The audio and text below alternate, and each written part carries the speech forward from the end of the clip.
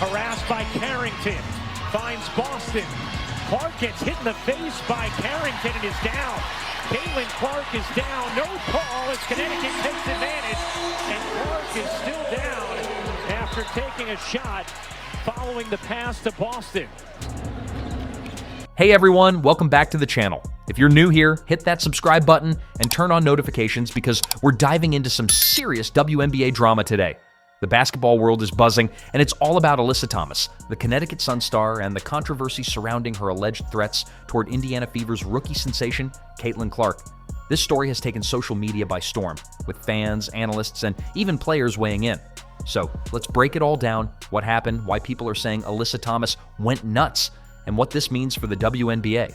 Buckle up because this is a wild ride. First, let's set the stage.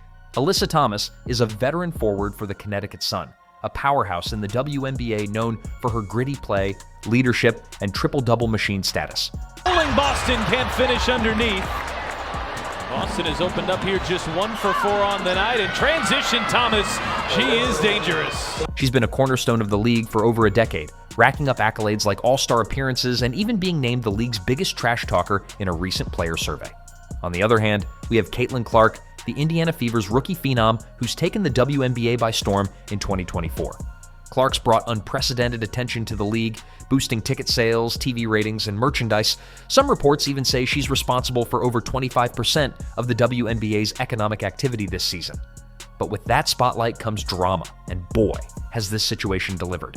The controversy kicked off during the 2024 WNBA playoffs, specifically after the Connecticut Sun swept the Indiana Fever in the first round. Game 1 was already heated when Sun player Dejanai Carrington accidentally poked Clark in the eye during a play. No foul was called, and Clark herself called it a basketball play. But that didn't stop Fever fans from flooding social media with outrage. Fast forward to the post-game press conference after Game 2, where the Sun clinched the series with an 87-81 win. Alyssa Thomas stepped up to the podium and dropped a bombshell.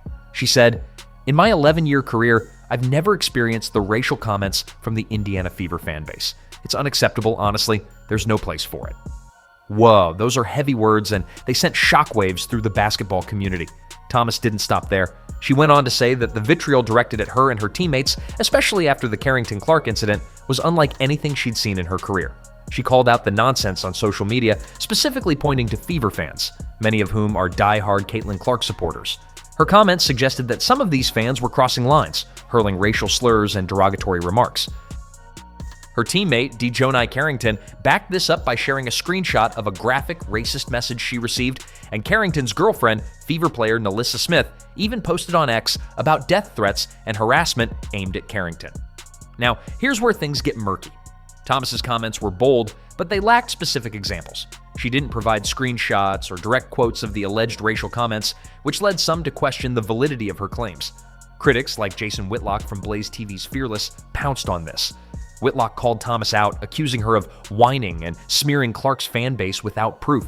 He argued that Thomas was painting herself as a victim while indirectly attacking Caitlin Clark's popularity. Whitlock even went as far as saying that the WNBA's newfound attention, largely thanks to Clark, means players like Thomas are now dealing with the kind of social media scrutiny that comes with a bigger stage. He pointed out that Thomas has only 14,000 followers on X, suggesting she's not exactly a magnet for widespread hate compared to bigger names in sports who face constant online abuse. But that's just one side of the story. The WNBA itself responded swiftly to Thomas's comments, issuing a statement that read, "The WNBA is a competitive league with some of the most elite athletes in the world. While we welcome a growing fan base, the WNBA will not tolerate racist, derogatory, or threatening comments made about players, teams, and anyone affiliated with the league. They promised to monitor threats and work with law enforcement if needed." This was a strong stance, but some felt it came too late, after the Fever were eliminated, when many Clark fans had already tuned out of the playoffs. Here's where the suspension and threats narrative comes in. In the days following Thomas's press conference, a flurry of YouTube videos and social media posts claimed that Alyssa Thomas was suspended or facing suspension for a racist assault on Caitlin Clark. Titles like "Alyssa Thomas suspended for racist assault on Caitlin Clark. This is huge!" started popping up, racking up views and fueling the fire. These claims suggested that Thomas had either made direct threats against Clark or engaged in some kind of racially charged behavior on the court. But let's be clear, there's no evidence in any reputable source that Alyssa Thomas was actually suspended or that she made direct threats against Caitlin Clark. These sensational headlines seem to stem from a misinterpretation or deliberate exaggeration of Thomas's comments about Fever fans and the broader controversy. So, why the goes nuts angle? Well, Thomas's press conference was emotional. She didn't hold back, and her frustration was palpable. For some, her decision to call out an entire fan base, especially one tied to the league's biggest star, came off as explosive, especially in the high-stakes context of the playoffs. Critics argue she was trying to shift the narrative, painting Clark's fans as villains to deflect from the Suns' physical play style or to gain sympathy. Supporters, however, see her as standing up against real, harmful behavior. WNBA legend Sue Bird even weighed in on her podcast, emphasizing that the racist comments Thomas referenced don't come from true fans, but from trolls hiding behind Clark's name to push divisive agendas. Bird was clear, Caitlin didn't bring racism to the WNBA. This has been happening, and that's what's such a shock for all of us, that other people are surprised by this.